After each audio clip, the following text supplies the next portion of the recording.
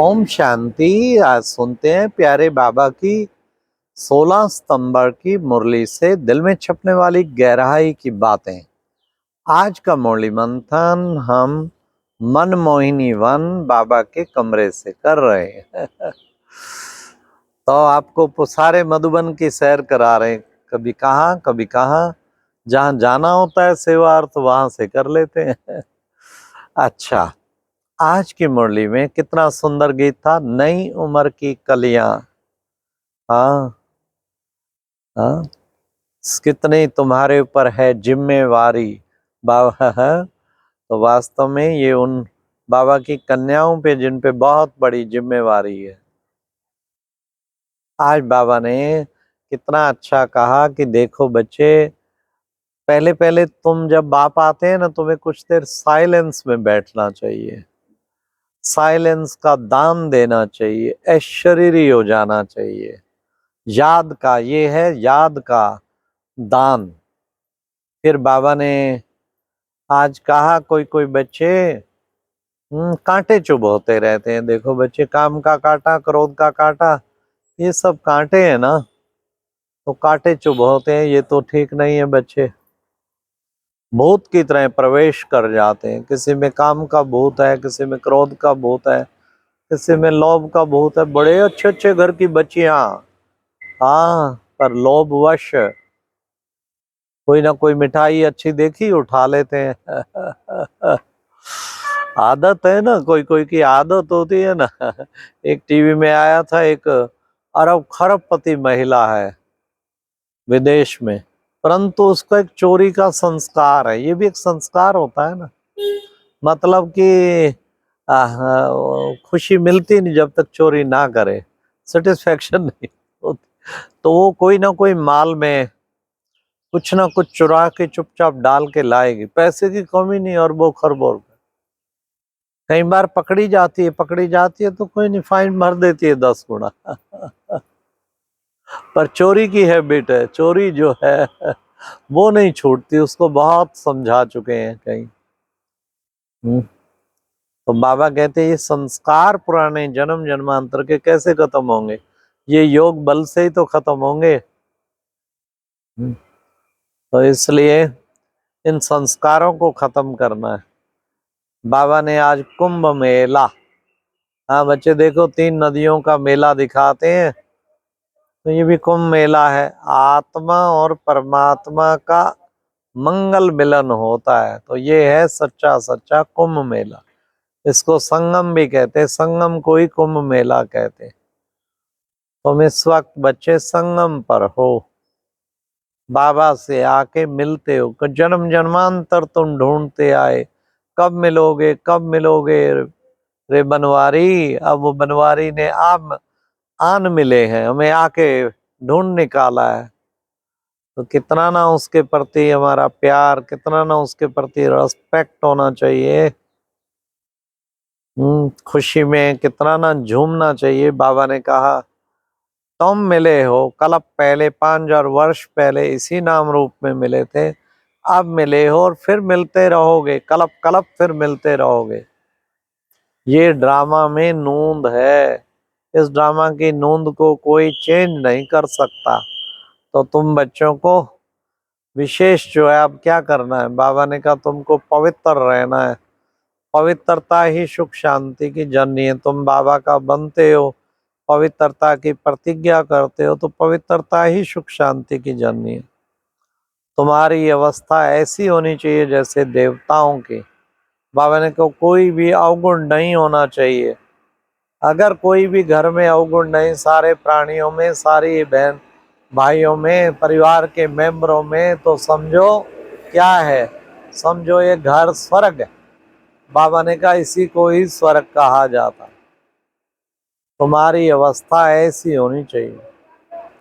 फिर आज बाबा ने कहा सुप्रीम रूप परम धाम से आके तुम बच्चों को पढ़ाते हैं, तुम्हें गाइड करते हैं, तुम भी रास्ता बताते हो। सबको 2 बाप का परिचय देना है, एक लौकिक बाप, एक पारलौकिक बाप, तो उसका परिचय देना है। तो बाबा ने कहा दान दिया जाता है ना, तो बाबा आके अविनाशी ज्ञान रत्नों का दान देते हैं। इसलिए अविनाशी ज्ञान रत्नों का दान तुम बच्चों को भी औरों को करना है। बाबा ने कहा तुम कोई को समझाएंगे, दो बाप हैं तो झट समझ जाएंगे, झट भागेंगे, फिर बाबा को मानेंगे। बाबा ने कहा पाने के लिए भी भागेंगे। तो बाबा ने कहा बाबा बहुतों को भगाने के लिए बड़ी मेहनत है, बच्चों को मेहनत करनी है ना, तभी तो पवित्र आत्मा बन पाएंगे, ये मेहनत करनी है। कल्याणकारी बाप है, अकल्याण कुछ हो ही नहीं सकता। अकल्याणकारी तो रावण है। जब कल्याणकारी बाप, कल्याणकारी संगम युग, कल्याणकारी तुम बच्चे, तो अकल्याण तो कभी हो ही नहीं सकता। आज फिर बाबा ने कहा कि बाबा आया है, तुम बच्चों को ढिंडोरा पिटाना है, सारी दुनिया में ढिंडोरा पिटा देना है कि जागो जागो, तुम्हारा पिता आ गया है, उसे पहचानो। उसे पहचान नहीं पा रहे कोई, उसे भूल गए, सारी दुनिया भूल गई है। बाबा ने कहा मैं ईश्वरीय कुल बनाता हूँ, पहले तुमको अपना बनाता हूँ, फिर बाप तुम्हारा बन जाते हैं। तो तुम्हें इसलिए कभी किसी को कांटा नहीं चुभोना। शिव का सबसे बड़े बड़ा इनकारनेशन है। वह यह भी भूल गए हैं कि परमात्मा का बातें हैं, क्या करते हैं, उसका नाम रूप धाम गुण सब भूल गए। अब बाप आके सारा बताते हैं कि बच्चे उसे पहचानो, पहचानो तो सही, पहले उसे मानो फिर पहचानो। पहचानने में ही मेहनत है ना। कई बच्चे तो अच्छी मेहनत करते हैं, खुद भी पहचानना है और फिर औरों को भी पहचान देनी है। बाबा ने कितना अच्छा सुप्रीम रूप परम धाम से आकर तुम बच्चों को यहाँ मिलते हैं, इसी को बच्चे मेला कहा जाता है। मेला, आत्मा परमात्मा का मेला। जितना मेला बाबा ने कहा ये है, उतना ही ऊंचा तुम बच्चों को ये सुंदर मेला कर दिया दलाल।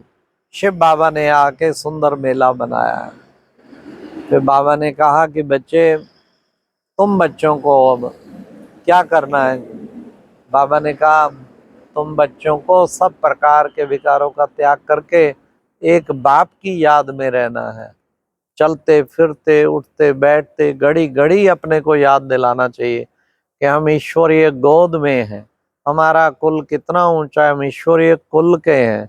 उससे बच्चे तुम्हें नशा चढ़ा रहेगा और वो नशा उतरने वाला नहीं, ऐसा नशा चढ़ा रहेगा। इसलिए बाबा ने कहा जवाबदारियों को संभालते हुए मन को सदा बाप की याद में बिजी रखना, ये भी तो एक कला है ना। इस कला को अच्छी तरह से सीखना है। आज के मुरली में वरदान था अपने आदि अनादि संस्कारों को विमर्श कर सर्व समस्याओं को पार करने वाले उड़ता पंछी भव। आदि अनादि संस्कारों को विमर्श करना है कि आदि अनादि संस्कार कौन से। मैं महान आत्मा हूँ, मैं श्रेष्ठ आत्मा, मैं पवित्र आत्मा हूँ।